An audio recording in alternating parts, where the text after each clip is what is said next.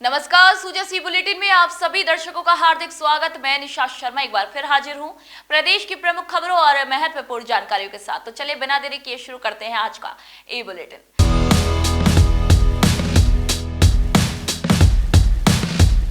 सबसे पहली खबर की ओर रुख करेंगे, जहां पर राजस्थान विकास के कार्यों को गति मिल रही है। जहां टेंडर के बाद वित्त विभाग की दोहरी स्वीकृति प्रक्रिया समाप्त हुई। राजस्थान में विकास कार्यों को गति देने के लिए भजनलाल सरकार ने एक बार फिर एक महत्वपूर्ण फैसला लिया है। अब टेंडर के बाद प्रशासनिक और वित्तीय स्वीकृति के लिए कार्यकारी विभागों को वित्त विभाग को दोबारा से प्रस्ताव भेजने की व्यवस्था समाप्त कर दी गई। यह प्रक्रिया जो पिछली सरकार के समय से शुरू हुई थी और विकास कार्यों में अनावश्यक देरी का कारण बन रही थी, अब वह खत्म हो गई है। जी हाँ, आपको बता दें कि मुख्यमंत्री श्री भजनलाल शर्मा के कुशल नेतृत्व में राज्य सरकार आमजन को भ्रष्टाचार मुक्त पारदर्शी सुशासन देने के लिए लगातार प्रतिबद्ध है और इसी नीति के तहत मुख्यमंत्री के निर्देश पर विकास कार्यों में तेजी लाने और प्रक्रिया में लगने वाले समय को कम करने के लिए राज्य में एक नई व्यवस्था लागू की गई है। पिछली व्यवस्था में कार्यकारी विभाग जब कार्य की स्वीकृति का प्रस्ताव वित्त विभाग को भेजता था, तब वित्त विभाग केवल सैद्धांतिक स्वीकृति देता था और इसी के बाद प्रशासनिक और वित्तीय स्वीकृति के लिए संबंधित कार्यकारी विभाग को प्रस्ताव दोबारा वित्त विभाग को भेजना पड़ता था। इसी प्रक्रिया में कम से कम 15 से 30 दिन का अतिरिक्त समय लगता था, जिससे विकास कार्यों की लागत बढ़ रही थी और आमजन को उनका समय पर लाभ भी नहीं मिल पा रहा था। वहीं मुख्यमंत्री श्री शर्मा की पहल पर इस व्यवस्था में सुधार के अब निर्देश दिए गए हैं, जिसके बाद प्रक्रिया में संशोधन कार्य से प्रभावी बना दिया गया है। अब कार्यकारी विभाग से प्राप्त प्रस्ताव वित्त विभाग द्वारा स्वीकृत होते ही निविदा के उपरांत कार्यादेश जारी करने के लिए कार्यकारी विभाग को ही सक्षम बना दिया गया है। कार्यकारी विभाग निविदा के बाद कार्यादेश राशि के आधार पर प्रशासनिक और वित्तीय स्वीकृत राशि को स्वयं ही पोर्टल पर अपलोड कर सकेंगे। वहीं प्रक्रिया के दूसरे चरण में फाइल वित्त विभाग को भेजने की आवश्यकता नहीं रहेगी। वहीं मुख्यमंत्री के इस निर्णय से विकास कार्यों में अब तेजी आएगी और निर्धारित समय सीमा में पूर्ण गुणवत्ता के साथ विकास कार्य करवाने का राज्य सरकार का संकल्प भी धरातल पर साकार हो सकेगा। तो आइए अगली खबर की ओर रुख करते हैं, जहां पर मुख्यमंत्री ने डॉक्टर श्यामा प्रसाद मुखर्जी की जयंती पर श्रद्धांजलि दी। मुख्यमंत्री श्री भजनलाल शर्मा ने रविवार को मुख्यमंत्री निवास पर देश के प्रथम उद्योग मंत्री और भारतीय जनसंघ के संस्थापक डॉक्टर श्री श्यामा प्रसाद मुखर्जी की जयंती पर उनके चित्र पर पुष्प अर्पित कर भावभीनी श्रद्धांजलि दी। श्री शर्मा ने राष्ट्र निर्माण में डॉक्टर मुखर्जी के अतुलनीय योगदान को स्मरण करते हुए उन्हें नमन किया। मुख्यमंत्री ने कहा कि प्रखर राष्ट्रवादी डॉक्टर मुखर्जी एक विचारक ही नहीं बल्कि महान कर्मयोगी भी थे। उन्होंने देश की एकता और अखंडता के लिए अपना पूरा जीवन समर्पित कर दिया। मुख्यमंत्री ने आगे कहा कि डॉक्टर मुखर्जी का जीवन हमें राष्ट्र हित को सर्वोपरि मानने की प्रेरणा देता है। उनके आदर्श और सिद्धांतों को अपने जीवन में आत्मसात कर हम एक जिम्मेदार नागरिक के रूप में अपने कर्तव्यों का भी निर्वहन करते हुए राष्ट्र निर्माण में अपना योगदान दे सकते हैं। आइए अगली खबर की रुख करते हैं, जहां पर जोधपुर में मुख्यमंत्री श्री भजनलाल शर्मा ने पंडित दीनदयाल अंत्योदय उपाध्याय शिविर का अवलोकन किया। मुख्यमंत्री श्री भजनलाल शर्मा ने शनिवार को जोधपुर जिले के शेरगढ़ विधानसभा क्षेत्र के सोडतरा ग्राम में पंडित दीनदयाल अंत्योदय संबल पखवाड़ी के तहत आयोजित जनसभा को संबोधित किया और शिविर का अवलोकन किया। उन्होंने कहा कि अंत्योदय की भावना के साथ किए जा रहे कार्यों से हमारा प्रदेश पूरे देश में समावेशी विकास का रोल मॉडल बनेगा। मुख्यमंत्री ने जोर दिया कि पखवाड़े के तहत आयोजित शिविरों में लोगों के चेहरों पर दिख रहा विश्वास बदलते राजस्थान की तस्वीर है, जहां शासन और प्रशासन आमजन के द्वार पर आ रहे हैं ताकि समाज के अंतिम पंक्ति में खड़े लोगों को आगे लाया जा सके। मुख्यमंत्री ने इसी दौरान कहा कि सरकार का प्रयास है कि समाज का कोई भी व्यक्ति या परिवार सरकारी योजनाओं के लाभ से वंचित ना रहे। उन्होंने बताया कि राज्य सरकार ने अपने 1.5 वर्ष के कार्यकाल में प्रदेश में बिजली, पानी, रोजगार एवं उद्योग क्षेत्र की प्रगति के लिए कई कदम उठाए हैं। श्री शर्मा ने जोधपुर को ऐतिहासिक धरोहर और सांस्कृतिक परंपरा का भी प्रतीक बताया, जिसने मरुभूमि की आत्मा को सदियों से संजोया है। उन्होंने शेरगढ़ की धरती की सराहना करते हुए कहा कि इसने अपने नाम को सार्थक करते हुए हर युद्ध और अभियान में अपने शेर दिले सपूत मातृभूमि की सेवा के लिए भेजे हैं। श्री शर्मा ने मुख्यमंत्री वृक्षारोपण महाअभियान के तहत मुख्यमंत्री वृक्ष कुंज का भी लोकार्पण किया और आमजन के साथ वृक्षारोपण भी किया। इसी दौरान उन्होंने गोगाजी और आशापुरा माता जी मंदिर में पूजा अर्चना कर प्रदेश की समृद्धि और खुशहाली की भी कामना की। वहीं मुख्यमंत्री ने बताया कि इन शिविरों में भूमि संबंधी विवादों का समाधान होने के साथ ही लोगों को अपनी भूमि का स्पष्ट स्वामित्व मिल रहा है। किसान भाई बहनों के लिए पौधे वितरण, मृदा नमूनों के संग्रहण और मृदा स्वास्थ्य कार्ड वितरण जैसे कार्य किए जा रहे हैं। वहीं पशुपालकों को मंगला पशु बीमा का लाभ देने के साथ ही पशुओं की जांच, इलाज और टीकाकरण भी किया जा रहा है। इसके साथ ही आयुष्मान कार्ड वितरित कर मुफ्त स्वास्थ्य सेवाएं सुलभ कराने की भी व्यवस्था की जा रही है। उन्होंने बताया कि पंडित दीनदयाल उपाध्याय गरीबी मुक्त गांव योजना के तहत 10,000 गांव में बीपीएल परिवारों का सर्वे कर उन्हें सरकारी योजनाओं से जोड़ा जा रहा है। इसके साथ ही सरकार ने पहले चरण में 5,000 गांवों को गरीबी मुक्त करने के लिए 300 करोड़ रुपए का बजटीय प्रावधान किया है। प्रधानमंत्री श्री नरेंद्र मोदी के नेतृत्व में देश में गरीबों के जीवन में बदलाव लाने के लिए संचालित विभिन्न योजनाओं का भी जिक्र किया है, जिनके माध्यम से वंचित वर्ग को आवास, बिजली, शौचालय, गैस कनेक्शन और बैंक खाते जैसी कई सुविधाएं भी मिली हैं।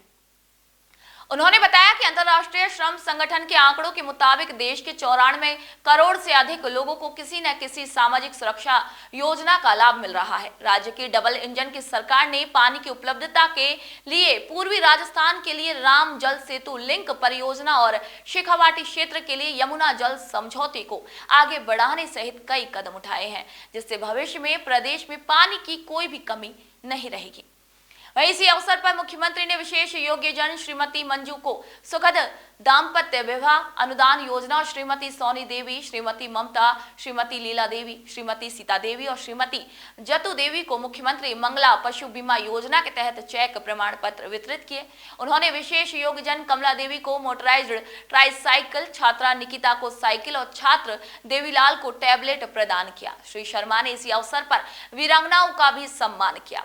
वहीं मुख्यमंत्री ने अपनी सरकार के 1.5 वर्ष के कार्यकाल की तुलना पूर्ववर्ती सरकार के 5 साल के कार्यकाल से करते हुए कहा कि हमारा 1.5 साल का कार्यकाल पूर्ववर्ती सरकार के 5 साल पर भारी है। उन्होंने कुछ आंकड़े भी प्रस्तुत किए, जैसे फार्म पॉन्ड।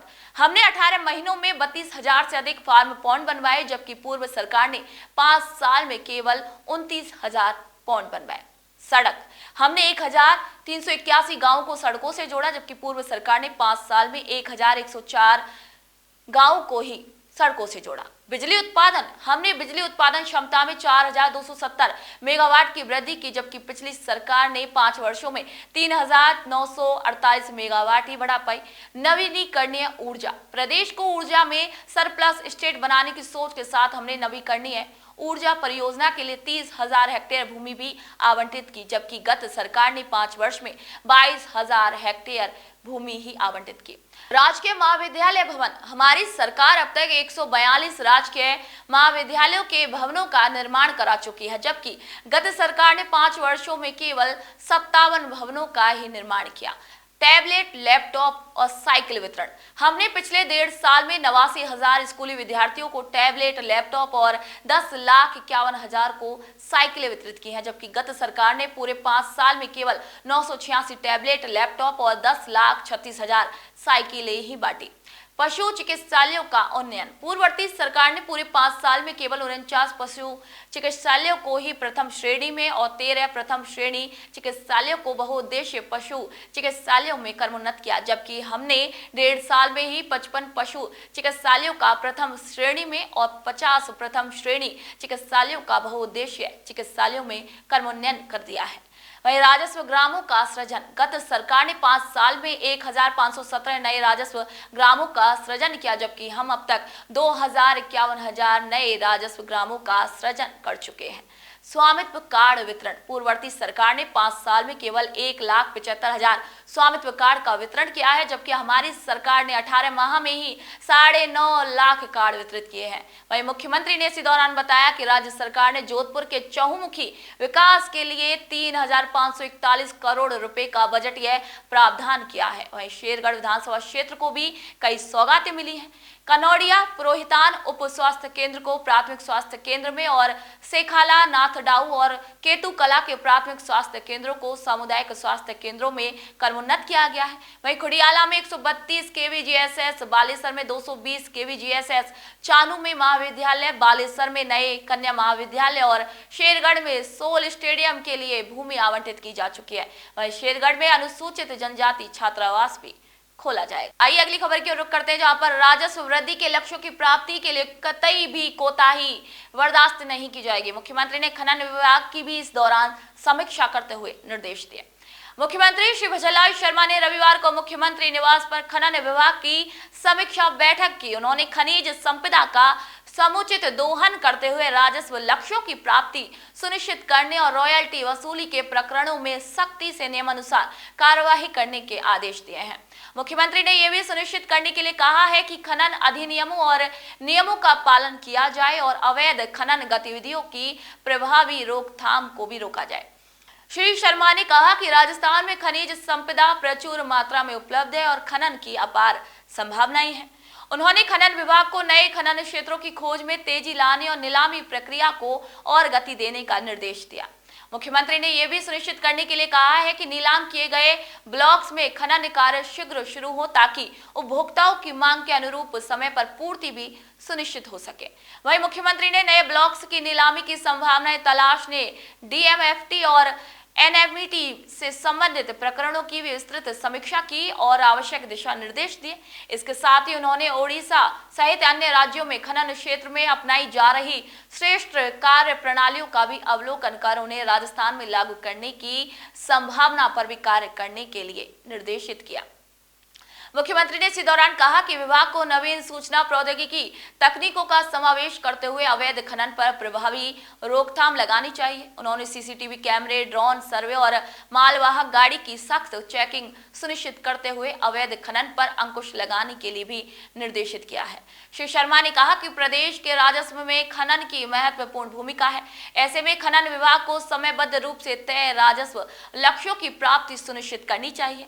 उन्होंने ये भी स्पष्ट किया कि इस कार्य में किसी भी स्तर पर कोताही बर्दाश्त नहीं की जाएगी। उन्होंने शास्त्रीय प्रक्रिया में सुधार लाने और इसे आवश्यकता अनुसार सुसंगत बनाने के लिए भी सभी को निर्देशित किया। इसी दौरान मुख्यमंत्री ने आगे कहा कि विभागीय कार्मिकों को अपनी जिम्मेदारी का समर्पण भाव से निर्वहन करना चाहिए और राज्य हित को सर्वोच्च प्राथमिकता देनी चाहिए। उन्होंने विभागीय कार्यों की गुणवत्ता बढ़ाने के क्रम में खनन विभाग की रिस्ट्रक्चरिंग करने और लंबे समय से विभाग में पदस्थापित कार्मिकों को स्थानांतरित करने के लिए भी आदेश दिए। वहीं मुख्यमंत्री ने जोर दिया कि अवैध खनन पर रोकथाम के लिए सभी को मिलकर सामूहिक प्रयास करने होंगे। इसके लिए पुलिस, जिला प्रशासन, वन विभाग, परिवहन विभाग और खनन विभाग को आपसी समन्वय के साथ काम करना चाहिए। वहीं मुख्यमंत्री ने इसी दौरान आगे कहा कि एम-सैंड पर्यावरण के अनुकूल होने के साथ ही गुणवत्तापूर्ण भवन निर्माण सामग्री का एक बेहतरीन विकल्प है। उन्होंने इसे व्यापक रूप से प्रोत्साहित करने के निर्देश दिए ताकि बजरी के दोहन में कमी आए। इसके साथ ही श्री शर्मा ने क्रशर डस्ट के उपयोग को भी प्रोत्साहित करने के सभी को निर्देश दिए। आइए अगली खबर की ओर रुख करते हैं, जहां पर जयपुर का रत्न आभूषण उद्योग हमारी सांस्कृतिक और ऐतिहासिक धरोहर का अभिन्न अंग बन चुका है।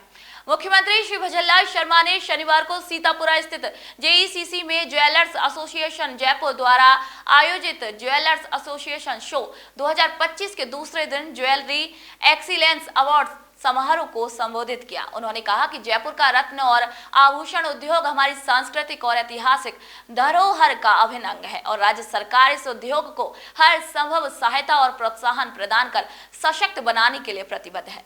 श्री शर्मा ने बताया कि जयपुर की कुंदन और मीनाकारी कला दुनिया भर में अपनी धाक जमा रही है। उन्होंने कहा कि विश्व में पाए जाने वाले ज्यादातर रंगीन रत्नों का व्यापार जयपुर से होकर ही गुजरता है, इसलिए हम जयपुर को विश्व की रत्न राजधानी की उपाधि दे सकते हैं। इसी दौरान मुख्यमंत्री ने कहा कि जयपुर विश्व के सबसे बड़े रत्न बाजारों में से एक है और यहाँ के कारीगर रत्नों को तराशने और उनकी गुणवत्ता को विश्व स्तरीय बनाने में काफी माहिर है। उन्होंने सुझाव दिया कि युवाओं को इस क्षेत्र में कौशल प्रशिक्षण प्रदान कर उनके लिए संभावनाओं के नए द्वार खोले जा सकते हैं। वहीं मुख्यमंत्री ने रत्न एवं आभूषण उद्योग में महिलाओं की भागीदारी बढ़ाने पर भी जोर दिया, जिससे इस क्षेत्र का और भी अधिक विस्तार होगा और महिलाएं आत्मनिर्भर और सशक्त बन सकेंगी। वहीं मुख्यमंत्री ने कहा कि राजस्थान में औद्योगिक क्षेत्र में अपार संभावनाएं हैं। राज्य सरकार द्वारा आयोजित rising Rajasthan global investment summit में 35 लाख करोड़ रुपए से अधिक के निवेश एमओयू हुए हैं। उन्होंने बताया कि सरकार ने रत्न और आभूषण उद्योग को भी एक नई ऊंचाई देने के लिए कई कदम उठाए हैं। वहीं सीतापुरा औद्योगिक क्षेत्र में जेम्स और ज्वेलरी उद्योगों के लिए 2 विशेष आर्थिक क्षेत्र यानी सेज विकसित किए गए हैं, जो इस उद्योग को वैश्विक स्तर पर प्रतिस्पर्धी बनाने में काफी मददगार साबित हो रहे हैं। इसके अतिरिक्त सीतापुरा में निर्वात संवर्धन औद्योगिक पार्क में 39 एकड़ भूमि पर जेम्स एंड ज्वेलरी जोन की भी स्थापना की गई है, जहां आर्टिफिशियल ज्वेलरी पर आधारित उद्योगों के लिए सिरोही के बड़गांव औद्योगिक क्षेत्र में करीब 15 हेक्टेयर भूमि पर एक जोन विकसित किया गया है, जिसमें 143 भूखंड इमिटेशन ज्वेलरी के लिए नियोजित किए गए हैं। वहीं सीतापुरा औद्योगिक क्षेत्र में जेएम बोर्ड्स की स्थापना के लिए करीब 44,000 वर्ग मीटर की भूमि भी आवंटित की गई है। इसी दौरान मुख्यमंत्री ने कहा कि यशस्वी प्रधानमंत्री श्री नरेंद्र मोदी के नेतृत्व में हमारा देश हर एक क्षेत्र में तेज गति से विकास कर रहा है और इस शो के माध्यम से देश का ज्वेलरी क्षेत्र भी देश के विकास के साथ कदम मिला रहा है।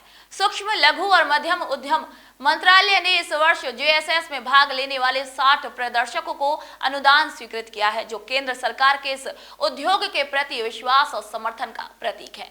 ज्वेलर्स एसोसिएशन जयपुर को देश का पुराना और प्रतिष्ठित रत्न एवं आभूषण व्यापार संगठन बताते हुए मुख्यमंत्री ने कहा कि ये पिछली एक सदी से इस व्यवसाय को संगठित और सशक्त बनाने के साथ ही हमारी समृद्ध आभूषण कला को वैश्विक मंच पर पहचान दिलाने में अग्रणी भूमिका निभा रहा है। इनके द्वारा आयोजित ज्वेलर्स एसोसिएशन शो जयपुर की वैश्विक पहचान को और भी सशक्त करने वाला मंच है। इसी अवसर पर मुख्यमंत्री ने रत्न और आभूषण क्षेत्र की विभिन्न श्रेणियों में विजेताओं को पुरस्कृत किया। इसी अवसर पर ज्वेलर्स एसोसिएशन जयपुर के अध्यक्ष श्री आलोक सोखिया, उपाध्यक्ष श्री राजू मंगोड़ीवाला सहित बड़ी संख्या में रत्न एवं आभूषण व्यवसाय से जुड़े लोग भी मौजूद रहे। आइए अगली खबर की ओर रुख करते हैं, जहां पर मुख्यमंत्री श्री भजनलाल शर्मा ने सिक्किम के राज्यपाल से शिष्टाचार भेंट की। मुख्यमंत्री श्री भजनलाल शर्मा ने रविवार को सिक्किम के राज्यपाल श्री ओम प्रकाश माथुर से जयपुर स्थित निवास पर शिष्टाचार भेंट की। मुख्यमंत्री श्री भजनलाल शर्मा के निर्देशों की अनुपालना में जयपुर जिले में संचालित रास्ता खोलो अभियान अब ग्रामीणों और किसानों के लिए भी राहत का दूसरा नाम बन गया है। 8 महीने से भी कम समय में जयपुर जिले में बरसों से बंद 1310 रास्ते खुलवाकर लाखों ग्रामीणों की खेतों और गांव की राह आसान हो गई। वहीं इस अभियान के सफल क्रियान्वयन के लिए जिला कलेक्टर डॉक्टर जितेंद्र कुमार सोनी स्वयं लगातार मॉनिटरिंग कर रहे हैं। वहीं रास्ते खुलवाने के मामले में फागी अंचल अग्रणीय है, जहाँ सर्वाधिक 118 रास्ते खुलवाए गए हैं, तो वहीं मौजमाबाद में प्रशासन ने 96 रास्ते खुलवाकर ग्रामीणों को राहत प्रदान की है। वहीं अंत्योदय शिविर के तहत फागी उपखंड के लदाना ग्राम में प्रशासन की टीम ने विगत 50 वर्षों से अतिक्रमण झेल रहे रास्ते को महज 3 दिनों में सहमति के आधार पर न केवल किया, बल्कि इस रास्ते पर सीसी रोड एवं नाली का निर्माण भी करवा दिया है। तो आज के सुजस ई बुलेटिन में इतना ही। फिर आप सभी से मुलाकात होगी नई खबर, नई जानकारियों के साथ। तब तक के लिए मुझे दीजिए इजाजत। नमस्कार।